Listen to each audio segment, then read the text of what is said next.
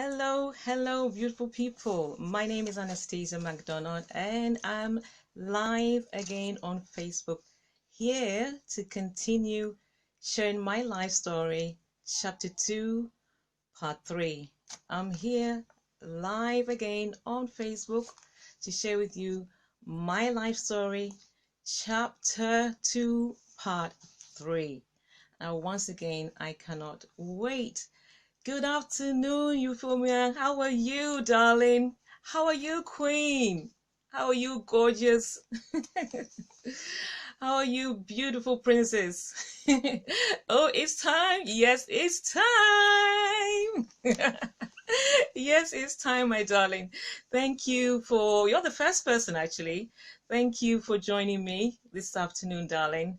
I can't wait to continue sharing my life story. Good afternoon, Queen Elizabeth. Oh, Queen, the Queen is here. Her Royal Majesty is here. And you too. Thank you very much for your kind comments. Just to introduce myself, my name is Anastasia Macdonald, and I'm live here again on Facebook to continue the journey. So it's going to be chapter 2, part 3. Yes, you missed Queen Elizabeth. Where have you been? Where have you been? Oh, thank you. I'm also glad for having you sisters on board. Trust me, you are the best sister queens in the whole wide world. You are so. I'm so happy to have you on board. I've never had such a wonderful family like you ladies. Okay, so anyway, so we're going to be, like I said, continuing the journey, chapter 2, part 3. Now, before I begin, I just want to let you know that I'm not just narrating a story. I am showcasing what the Lord has done in my life, where He's taken me from to where I am today. I'm not what I used to be. I have come a very long way. I have come. Hi, Paul. Good afternoon. So lovely to have you. I have come a long way. And hence why I'm doing these live stories, to showcase the hand of God, how He can take something that is so messed up. Good afternoon, Lady Nkuro. Good afternoon, Anne Marie. So lovely to have you on board. So I'm here to showcase you of how God can take something that is so messed up and turn it to something beautiful, can turn it into master. Obviously, I'm not the masterpiece yet, but God has brought me so far. So far, I cannot even begin to tell you, but we are on this journey. So please, before I get into, the chapter 2, part 3, please hit your share buttons. Queens, please hit your share. Hello, Esther. Hello, Queen Esther. Hi, Temitope. Hello. So please hit your share button so that, other people can, watch it and be encouraged. I'm telling you, I have been at that place where I have received that message, that text, that video, that social content that has made the world of difference. It's almost between, I don't want to say between life and death, but I know I received something that has just made such a difference. Where I was done, I've been lived. So hello, Terito, nice to see you. Nice to see you. Hello, B. So yes, so we're going to continue the journey. So first of all, please hit your share buttons, and then if you do have any questions, please put them down in the comment section below, so I will answer them afterwards. Now, just to refresh your memory, for those of you who are with me for the first time, I've shared with you that my life story is made up of 3 main chapters. So chapter 1, 0 to 9 years, life in the UK, and chapter 2, 9 to 27 years, life in Ghana, and then chapter 3, 27 years to 53. So I'm 53 years old. So what I'm sharing with you is a life journey of 53 good years. 53 good years. And so I'm just going to ask you to please be patient as I share the journey. I do not want to rush it, because if I rush it, then I'll be doing I'll be discrediting you, discrediting myself, or most importantly, I'll be discrediting God. So please be patient and continue the journey with me. Thank you, thank you, thank you, thank you so much, ladies and gentlemen, kings and queens. Thank you very much. Okay, so once again, I will be referring to my notes because it's been a long time. So I've had to make notes so that I can, I can be cohesive and with what I'm sharing with you. Anyway, so just quickly, life in the UK. I share with you, my parents moved from the UK, sorry, from Ghana, sorry, to the UK, and my miraculous birth, and then the fostering period there. Chapter 2 was where chapter 2 part 1 was where I spoke to you about my life. Sorry, somebody's ringing the bell and it's distracting me, but I'm not going to get up. So chapter 2 part 1 was where I said, by this time my parents had broken up. My mom had gone back to Ghana. Dad had looked at the situation and said, I can't cope. So thank you very much. And so said, I'm going to send these children to be with their mom. We didn't know anything about it. We found ourselves in Ghana and we were awoken to the shocking culture of Ghana, which was so totally different and so foreign and so intimidating for myself as a 9-year-old and my siblings. So I shared that with you 2 weeks ago. Once again, Anastasia, I have to calm down. So I shared that with you about 2 or 3 weeks ago. And then last week, I continued. Hello, King Gregory. Welcome, welcome, welcome. And so last week, I continued the story with location number 3. I forgot to mention, just to refresh your memory, in Ghana, I lived in 5 main locations. So location number 1 was Bubwashi. Sorry, Mamprobi. Location number 1 was Mamprobi. Location number 2 was Bubwashi. Location number 3 was Saltman, the boarding school. Location number 4 is where we're going to go into, which is airport. And so last week I left you at where I was in boarding school and all the experiences I had gone through there and how they were forming even more negative mindset within me. Hello, Fala. hello. Nice to have you on board. Mwah. And so I shared with you my life in boarding school, how traumatic it was for me. So traumatic. I don't want to repeat myself because for me, it's going to take a long time. So I will repost those videos for those of you who are not with me. But what I do want to mention is that in secondary school was where I believe the deepest wound happened. I miss my dad so in secondary school. I don't know how to express it. I miss my dad like crazy. A deep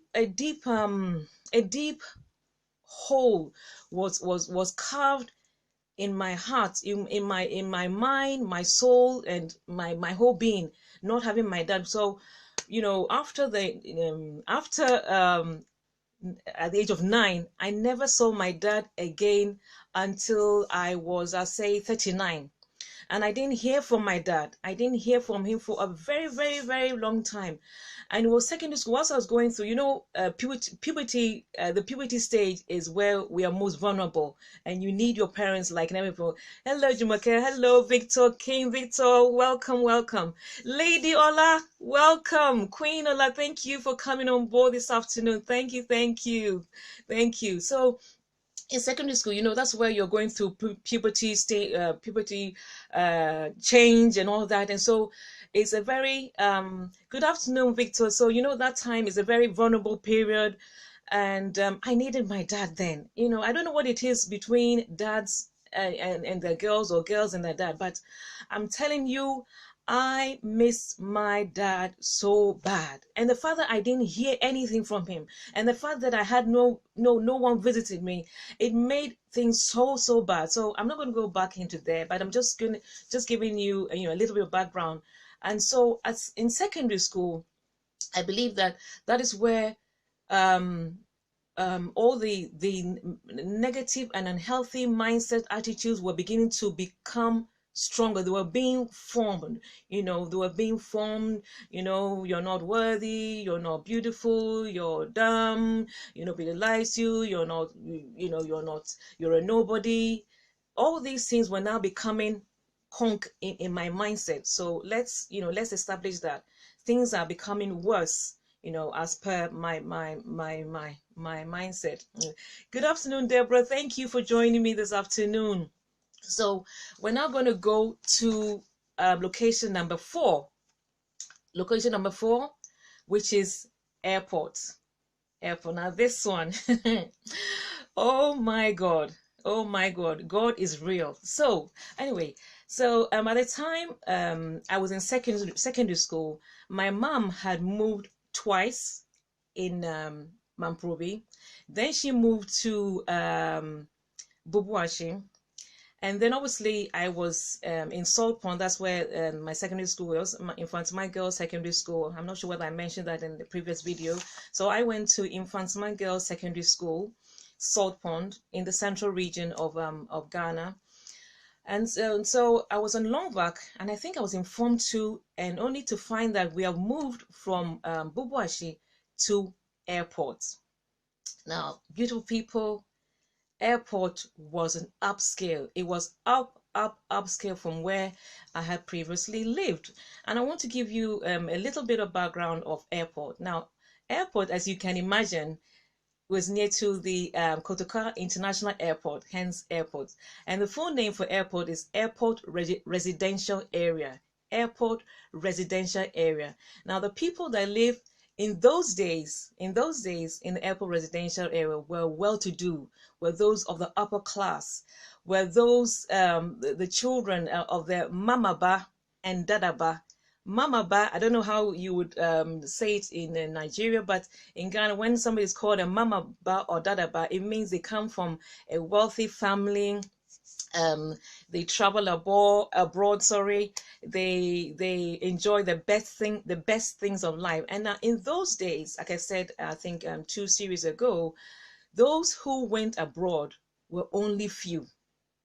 There were only few, and the perception at that time was that those that were able to go to like the United States or America, Deborah, those who were able to go to the United States or America or sorry, the UK were considered a high class of caliber of people, you know. So it was us and them. So it was up here and down there. The gap was quite, you know, quite big, you know, of the haves and the have not. And that's where we moved to. So we moved to an uptown area, and like I said, the airport was close by. And you won't believe this, but you got to believe it. We moved to a one bedroom accommodation in a multi-complex house of the late Mr. Duncan Williams. So I'm talking about Archbishop Duncan Williams Christian Action Faith Ministry, the most prominent man of God in Ghana, Archbishop Duncan Williams. And I don't know whether any one of you have heard of him. If you've heard of him, can you let me know in your comment section? But that's where we moved to. Anyway, but at that time, the late Mr. Duncan Williams was a diplomat and very, very wealthy. Now, how my mom got accommodation from where we were, yes, he's late, Deborah. Yes, long time ago. Long time ago. Yes, a great man of God. Yeah. How we moved from where we were to the airport residential area, I can only tell you that it is God. You know, God's hand is on every one of our lives. Trust me. It may seem God is not well, because this part of my story begins to make my life meaningful. That is when I look back on my life. So anyway, so we moved to the late Duncan Williams house, and we got a 1-bedroom accommodation there. It was a huge house there. Now, as we lived there, the Archbishop Duncan Williams, who was not that at the time, had just started his ministry. And this man I'm talking about, he is a mega global man of God. He's one of great repute.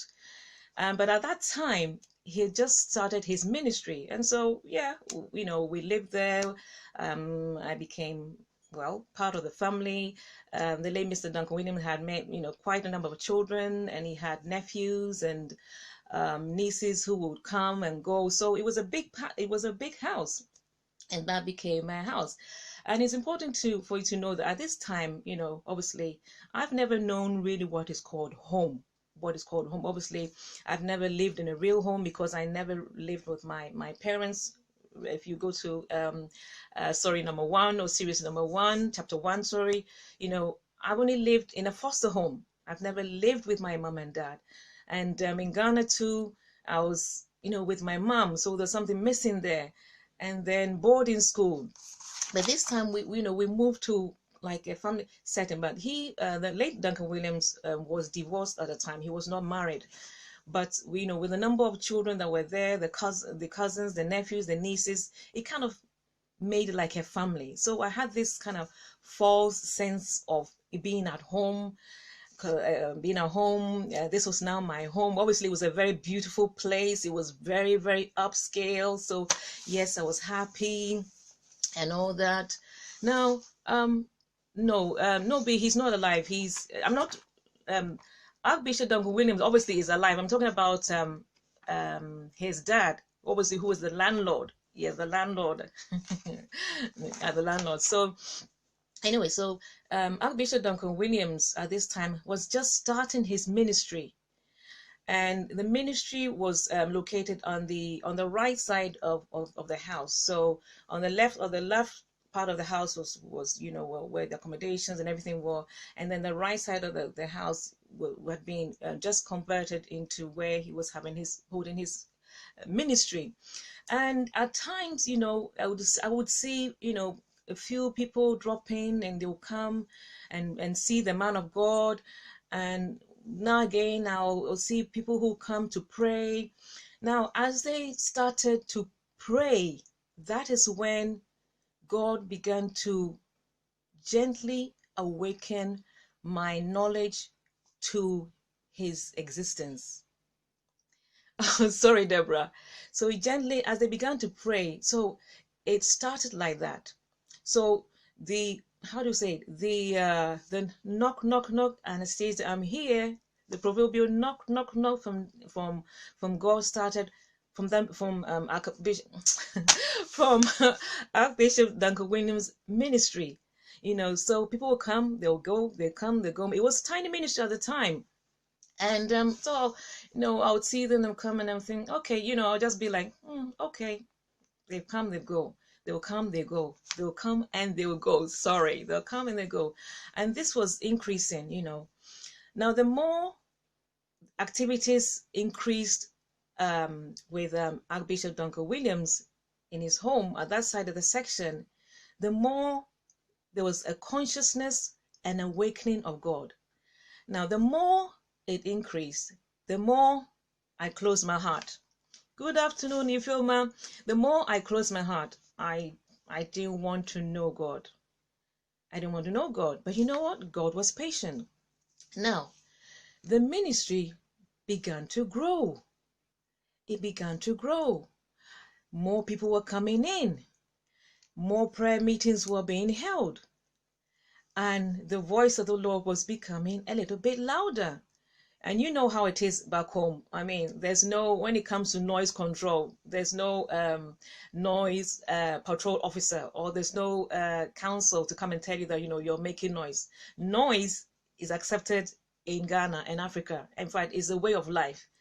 It is a way of life. There's noise in the market, noise at home, noise everywhere. There's always something. Even if human beings are not making noise, the animals are making noise. The cockroaches are making noise. The chickens are making noise. The bears are making noise. The goats are bleating. The animals themselves are announcing themselves. So anyway, the noise began to be amplified with the prayer meetings, and so anytime that noise will be coming my way, something will begin to tug at my heart.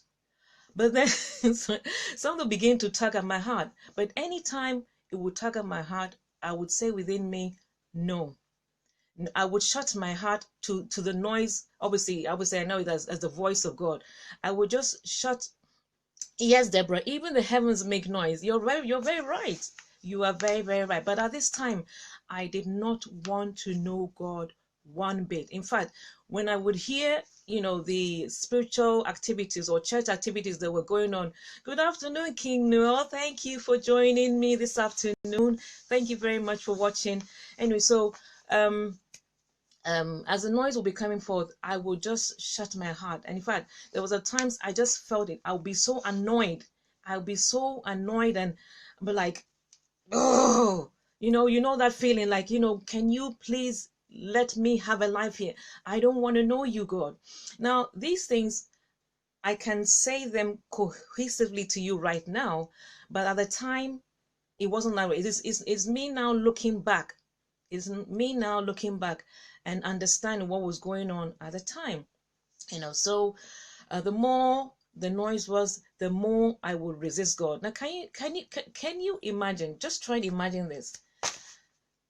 How come of all the places in the world, my mom found accommodation in airport residential area? How does that happen? My mom was still a single mother, not married. How does that happen? And not only that, I am positioned in the middle, not, let's say, a few miles away or yards away, whatever the distance is.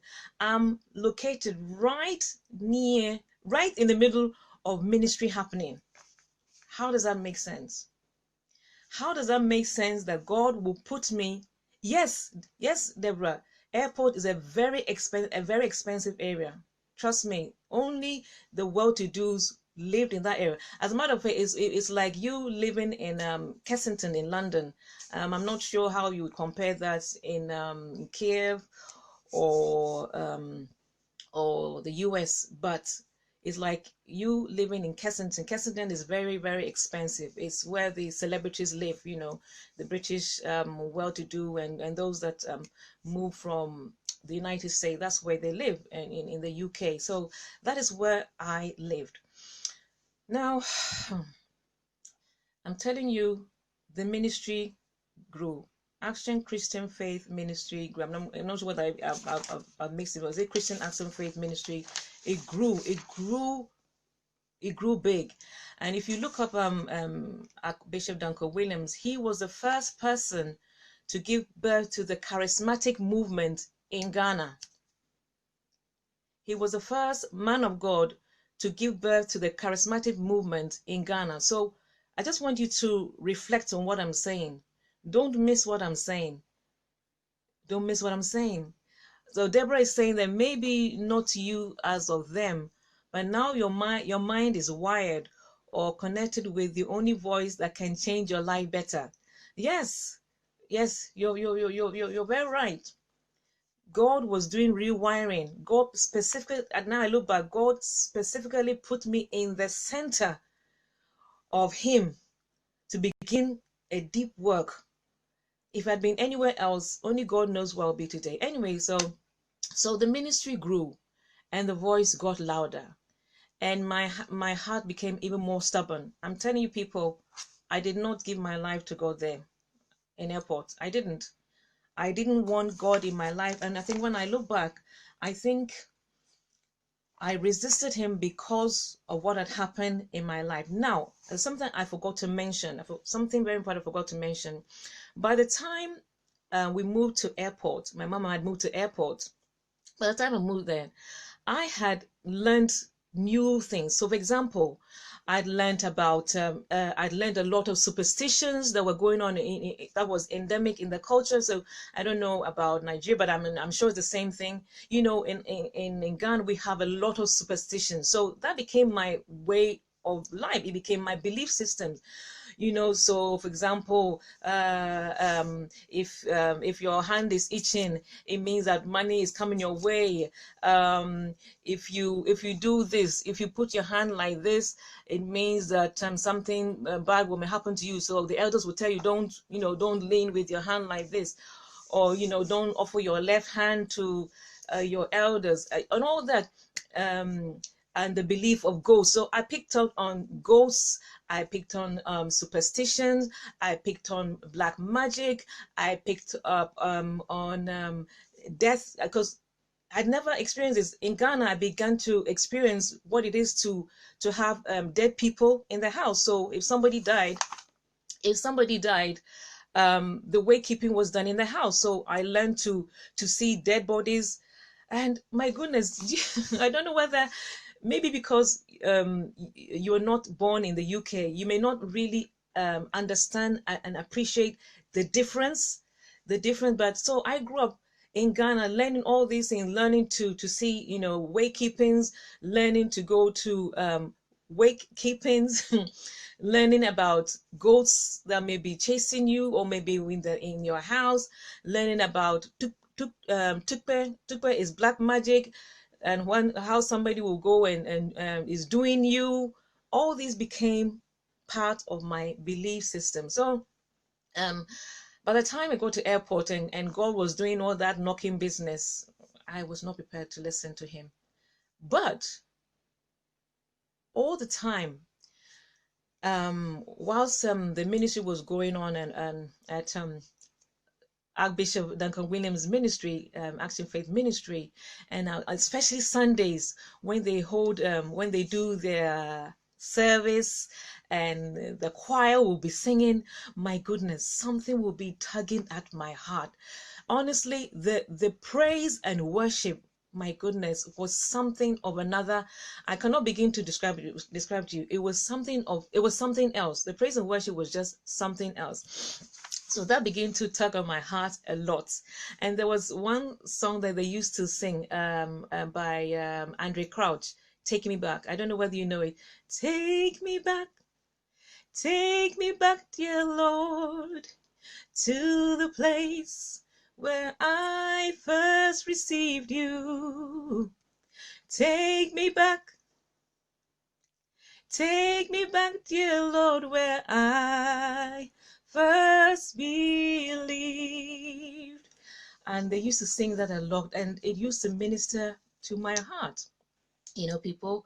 But I'm sorry, God he was not going to be part of my he was not going to be part of my life.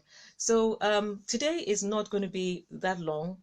It's just to let you know how God began to awaken my senses to him.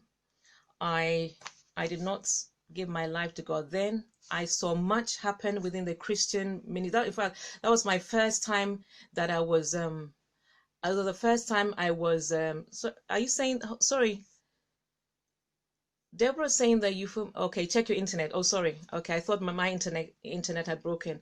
So that was the first time I was really awakened to the things of God. That was the first time I saw how a ministry started small and became big.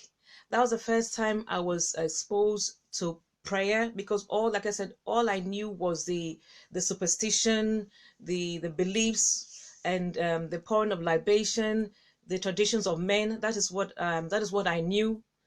And so this was the first time I was being exposed to the God side of it. And I don't know, it was really phenomenal, because like I said, it started from nowhere. It started from something very simple, something very simple. People coming to pray with the man of God, to it growing till it became a huge ministry where we had a big choir. Many things were happening all in the house. Even the house itself was extended because of the growth, and I was there all the time. So people, yes, you're late, but you haven't missed much. I'm just sharing with my people how I was introduced to God, and how I resisted, and I never did give my life over until we wait for part 5. I just want to know whether any one of you have got any questions. I'd love to answer any questions if you do have any right now. I don't want to be talking all the time. So please, did you have any questions? Can I see it in the comment section? Does anybody have any questions? Any questions? No questions? So just to let you know that my mom was still single. Um, my dad was not in my life because I didn't hear from him until I was in my late 30s. We lived in airport till I was in Form 5 until we moved to the last location, which is location number 5, which is Dansma, where I met my husband. So I witnessed, like I said, a lot when it came to the spiritual side of it. So location number 4, airport, is all about, Deborah is asking, are you in ministry right now? Do you mean, when you say in ministry, do you mean, am I a pastor, or can you clarify that question, Deborah, please?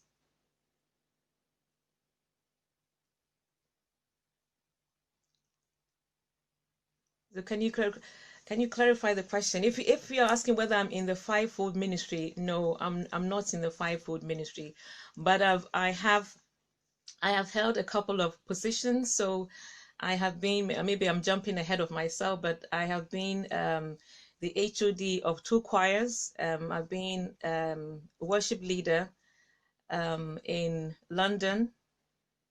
A ministry, where were you called? I'm not sure I understand your question, Deborah. But like I was saying, I've been a worship leader in 2 different churches. I've been a youth leader. I have been, what else have I been? I have worked in the finance department. I am part of the transportation. I drive our church bus or church van. Okay, you said you resisted God. This is Jamaica asking a question. Jamaica, you said you resisted God. Would it have been easy for you to turn your back if you were not in the household? You said you resisted God. Would it have been easy for you to turn your back if you were not in the household?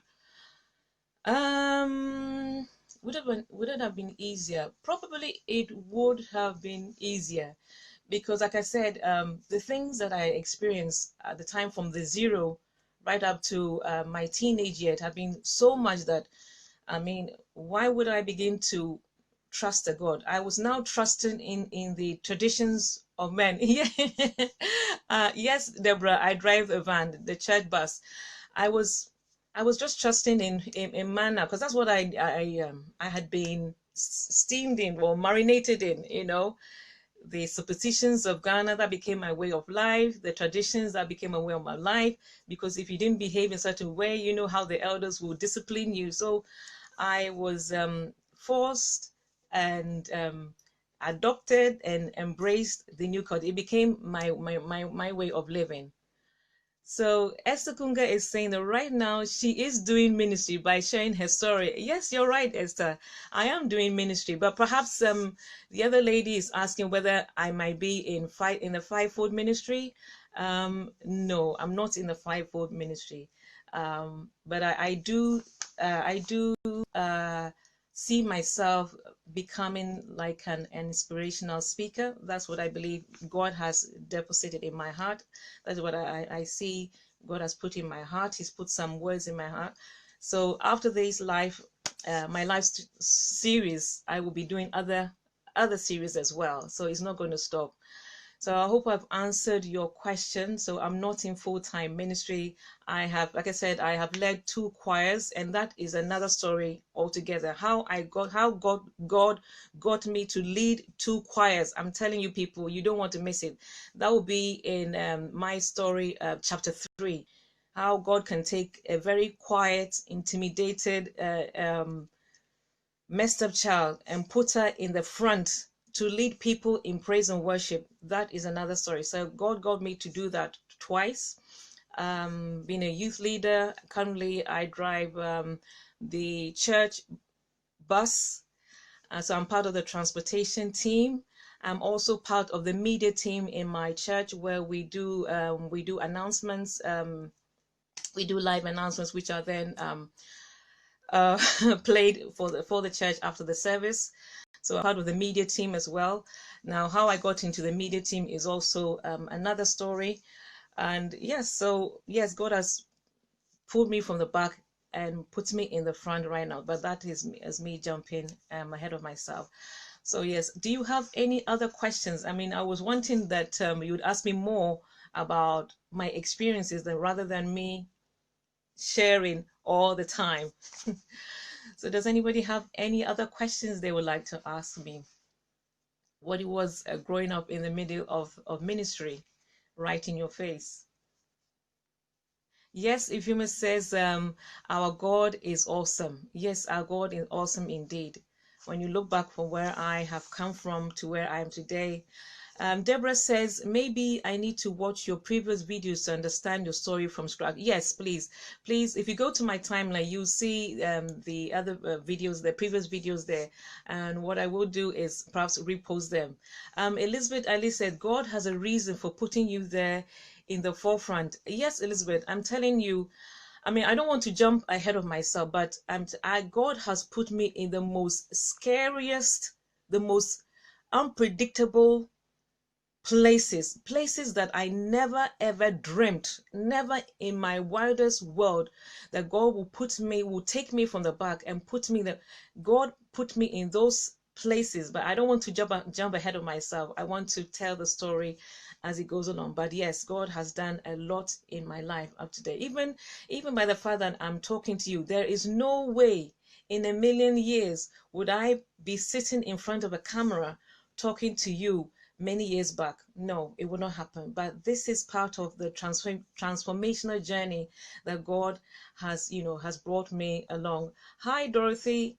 Dorothy says, hi, I'm here later. I will watch again. Okay, see you later. Ola Martin says, God was preparing you for greater glory. And what he was preparing you for, I'm waiting for the rest of the sentence. Yeah. Yeah, it didn't feel like that. I mean, like I said, for a long time I have learned negative. Let's say Hannah Taylor says that with all that you've experienced, how do you relate to the people, family members you went through this experience with? Okay, so that's a very good question. That is a very good question. How do I relate to the people, the members that you go? So as at now, I have four siblings. I don't think I've ever mentioned this. I have four siblings. The first three are with my dad, and the other two are with different dads. So my mom had, after us, she had two other relationships which didn't work out, which were, failed. And so what has happened is that so there is, and you know what, people, I'm not going to beat around the bush with you.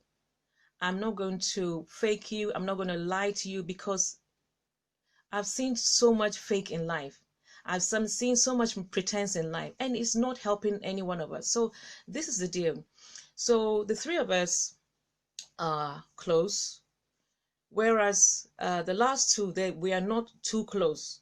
So as you can imagine. So what happened was with sister. So I've got two sisters. Two sisters. Is it two sisters? Can you imagine? I'm asking you. So yes, I've got two sisters and two brothers. Two sisters and two brothers, and I'm the firstborn. So obviously you can understand why so much has happened. I remember so much, and so much. I'm carrying so much weight. So my brother and my sister obviously are from a different father, and then the fourth one, who is a boy, and the last one is a girl. Now we're not tight-knit from we are not a tight-knit family, and it is my mom's prayer that we become a tight-knit family. In fact, it's my prayer that we become tight, because I don't want to pass on the mess of the former generation to our generation. So I've been praying and working to bring the family together, even to the point that I've set up, a WhatsApp page. So I don't think this will be helpful for any of you who are in the same situation. I've set up a WhatsApp family page where we can be together and communicate. And when I set up that page, I let one of us know that I'm doing this so that we can be one. We can forget about what has happened, with our mothers, because you know what, the truth is our mothers don't have the information that we had. We are well informed. We are well over informed. Our parents grew up in the day of worshiping idols. That is what they knew. They grew up in the generation of pouring libation. That's what they knew. So what they had was barely minimum. They knew the God of the rain, the God of this, which was not the true God. But we, us generation, we have come to know God. We have come to know God. So I'm taking it upon myself as a firstborn and as a godly woman to bring unity in my family. And if you get to know me, one of my passions is family. And I know sometimes, sometimes you can get so passionate that it can be overbearing. And sometimes, to be honest with you, sometimes my behavior towards my husband can be overbearing. And I'm being real with you. It can be overbearing it can be overbearing such that because I don't want us to go through what we went through. So the experience of my childhood, and which I'll talk about later. My husband too also comes from a broken family. He never had XYZ, so that's another story. So I'm very passionate about family. I guard family religiously, and I promote familyness, if there's a word like that. I promote family to the nth degree. I don't want to see breakups in people's families. I don't want that because I know the pain of it. And I try to encourage people who are married, and there's no marriage without problems. Every marriage has its ups and downs. I'm going to lie to you and say that, I have a perfect marriage, but every day we are working on it. We're working. It's a work. It's a work. It's a work. There's nothing perfect in this world. We all are works in progress, But what fuels my energy is that there will not be children who will suffer the consequence of a broken marriage. I always try to encourage that whatever it takes for you to stay together, and that foundation should be based on the word of God. Yes, and now Elizabeth says that broken homes have become a huge toll on children. You're right, Elizabeth. Broken homes have become a huge toll on children. Hannah says that you've always been a wonderful woman. Keep spreading the good work, your honesty. Thank you, Hannah. Thank you very much. So, the pain that I have gone through, I will not wish it on my worst enemy. I will not wish that. I do not want any family to be broken up. I don't want anybody's children to suffer because it has long-term consequences. Last week, I mentioned to you that to repair something takes a long time than to start something very good. As you know, you can build a house, but then when you have to pull the house down and to begin to build it up again, it takes a lot of resources and energy. It is possible to be healed, but the journey is long. It is arduous. There are times you take 5 steps forward and then you find yourself taking eight steps backward. That is a journey. But the beauty of it is that God has promised that he will never leave you nor forsake you. He's with you. The Bible says the righteous may fall down 7 times, but he will rise up again. Good afternoon, Nikki. Good afternoon. Thank you for joining me this afternoon. So for me, I'm going to be real with you on my videos. Pardon me. I'm not going to hide from you because I've seen it before, and especially when it comes to Christians. Unfortunately, we hide a lot. We hide behind the scene. We hide our issues, our challenges, and the church also doesn't help. I'm going to be honest with you. The church doesn't help us to be real. But you know what? I am going to set a precedent. I'm going to be real with you. I'm going to let you know that God is the one God turns beauty from ashes. ashes, the things that are messed up. God is an expert in making beauty out of ashes. So if your life is so messed up, if your life stinks, if you didn't have the best, trust me, you are the candidate that God is looking for. If you feel that your life is not all together, if you feel that you have messed up your life so much, if you feel that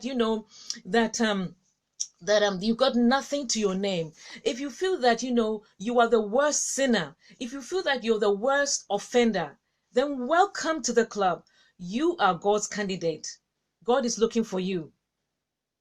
Now, Elizabeth says here that one of my passion is to ensure unmarried people solve those issues before going into marriage.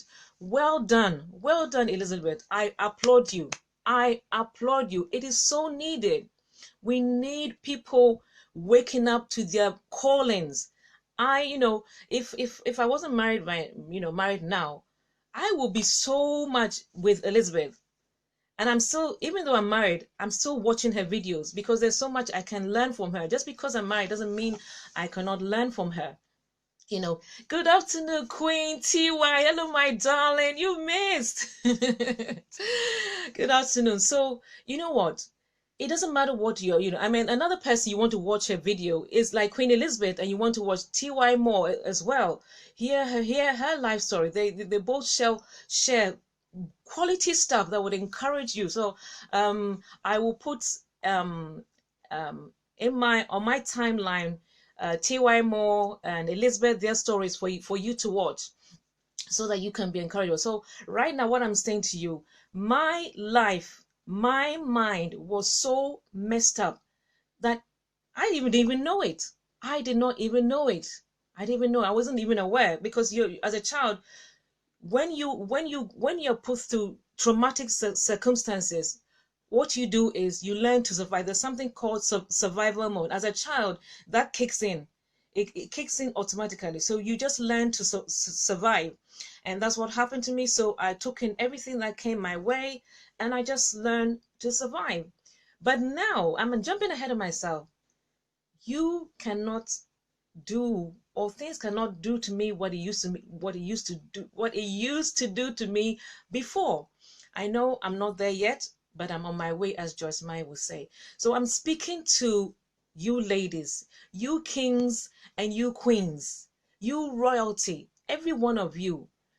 Let's stop faking it and let's be real. Let us be real. Let us be real, and let us see what you're going through so that we can help one another. As a matter of fact, the most people who are hurting are Christians. And now you have your opinion to tell me that I'm wrong, but I've been a Christian from the age of 19 or 21. So I have seen, been there, got the t-shirt. And don't forget, I was right in the middle of ministry. I was birthed right in ministry. So I have seen a lot. I have experienced a lot. And we need to take a stand, beautiful people, in order for us to be healed and become the children that God wants us to be the royalty, to be there, to go and do business, to go and occupy and do kingdom business. First of all, we have to be real with ourselves. We have to be real with what is eating us up. We need to deal with it. And we know we need to go and seek counseling. We need to go and see a psychiatrist if possible. We need to go and get help, because the worst thing you can ever be is be a wounded healer. A wounded leader. A wounded leader. It's only a matter of time that you're going to be lashing those wounds on the people that you're serving. So even if you're a leader right now, go seek counseling. And I'm being loud and clear. I'm not ashamed to tell you that I have been for counseling. And once again, I really don't want to jump ahead of myself, but I have gone to seek counseling. And what I thought I was going to seek counseling for didn't turn out that. I have wept in my counseling chair, not understanding why I was weeping. Only one question was put to me. Now, Elizabeth here says that professional help is not the same as pastor's help, which is true. which is true, because sometimes pastors may not have the what's the word, psychological experience, or the expertise that those people in those professions may have. So you're right. So I mean, I went outside the church to seek that, and it was very, very helpful, very, very helpful. What I didn't know, I mean, I'm not ashamed to tell you, ladies. My first counseling session was a weeping session. It was a crying session. It was a crying session for about, I don't know, it could have been 45 minutes. It could have been 1 hour. I cried till I could not cry no more. And this was all boiled to my childhood. Something I don't want to jump ahead of myself. Something that was asked of me in my childhood that I had totally forgotten about, but opened the what do you call that? Opened the well of tears. It opened the well of tears. I cried like no man's business. And as I was crying, I didn't understand why I was crying. I'm thinking, but I have this thing that I'm telling the counselor, I have told a couple of people before, and I've never cried. So why am I crying? You'll be surprised. So, kings and queens, it is high time. Elizabeth says that your nose hurts so much. Yes, you cry till you cannot cry no more. And I'm not going to play the fool here. I'm not going to lie to you. I'm going to be real with you. I'm going to set the precedent to be a real woman with real issues, with real solutions, with a real God, with a real purpose, with a real destiny, with a real calling, with a real life. That's who I am to you. That is who I am to you. I feel so strongly about. So I've already said to you that I feel strongly about families. I feel strongly about marriages, because my mom had three failed relationships. So that should tell you the things that I picked up. I mean, what it did was it put a resolve in my heart that I am not going to go through what my mom went through. I'm not going to repeat this. I have been married for 26 years now. I've been with my husband for 30 years now, and every day or every year is a work of progress. It's a work of progress. There are no already made marriages. Everything is a work in progress. So TY Mo says, hi honey. Okay, she's talking to somebody else. Yeah, so I'm just encouraging us to be real here. And Lady Nikuru says, wow, thank God you took that lane. Yes, Nikuru, yes, it's time for us to be real. It is time for us to be real. Enough is enough. Enough. If we want to be the women of God that He wants us to be, then we've first got to do business with the things that are hindering us, the things that are blocking our this. And you know what? Something just came to my mind. We're going to be over in a minute. Something that comes to my mind is, it is the devil that is doing me. It is the devil's fault. It is that witch back in Nigeria. It is my mom. It is my mother-in-law. It is my father-in-law. It is my cousin. It is nobody. It is nobody. It is you. You have issues. You have issues. I have issues. We all have issues, and we all need to deal with them by the grace of God, by the special grace of God. And guess what? What a bet, and I'm going to announce it. Pastor Sunday Adelaja is a wonderful mentor. A wonderful mentor. He understands women like no other person I've come across. And like I said to you, I've been a Christian since I was either 19 or 21. Nobody understands women's issues like Pastor Sunday Adelaja. And also, I forgot to mention, Lady Nkuru here, who's online here, she also does relationship 101 for married couples, and I know, which is also helpful for singles. I'll also post her link below mine after the broadcast. So, and I know that she does a broadcast just before me at 1 o'clock. So she deals with relationship issues. So I will encourage every one of you to join her broadcast. Listen to what she has to offer, so that you will not take you wahala in your marriage. You'll be able to go in more smoothly without so many bumps and all that. Um, I don't know whether okay. Folashade says, quick question. You mentioned you were quiet and timid. How did you come out of your shell eventually? How did you get the courage to start speaking up? Oh, Folashade, you don't want to know. How did I do that? God forced me. God picked me from the back and put me in the front. And once again, I'll be jumping ahead of myself if I talk about that. If I tell you that that I put myself in front and started talking, I'm the biggest liar, because there's no way that could happen. God, sometimes I call him Jehovah Sneaky. God sneakingly knowing that I'm very shy, very intimidated, and all the rest, sneakingly put me in the. So those, I was caught, I was trapped, I couldn't say no.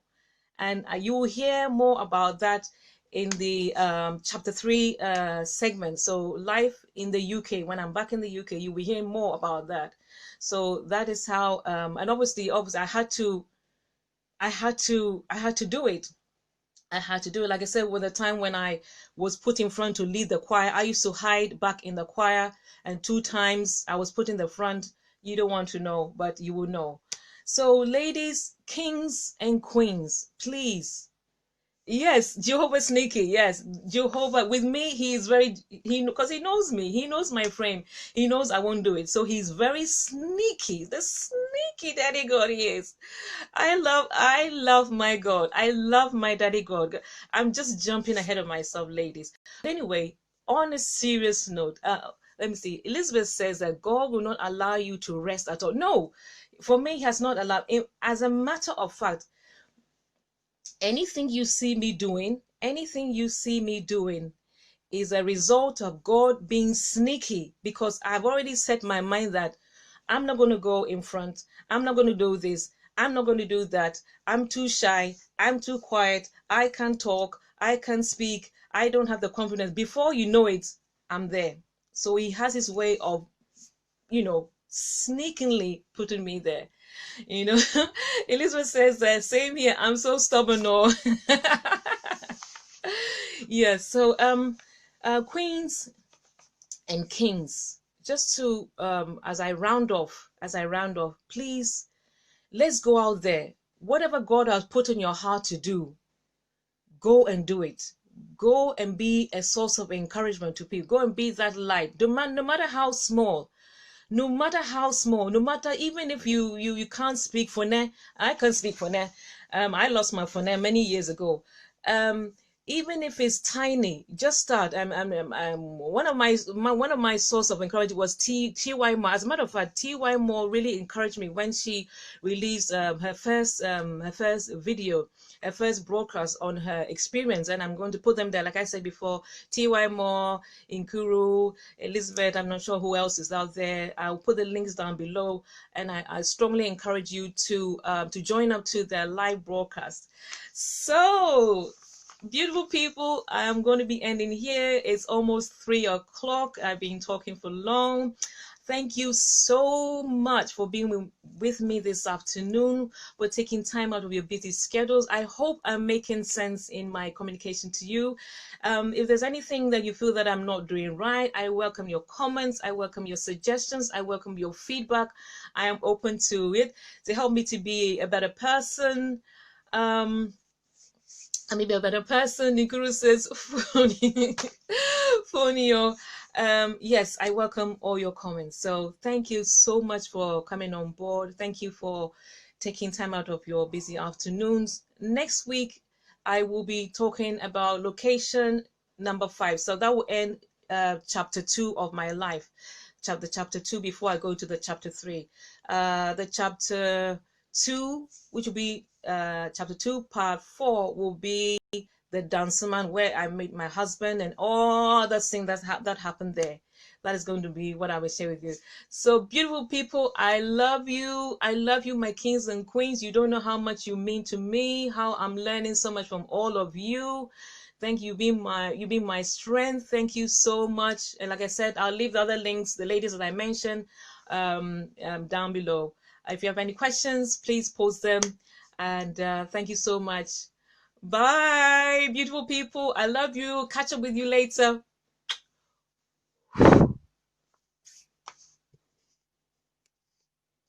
Bye.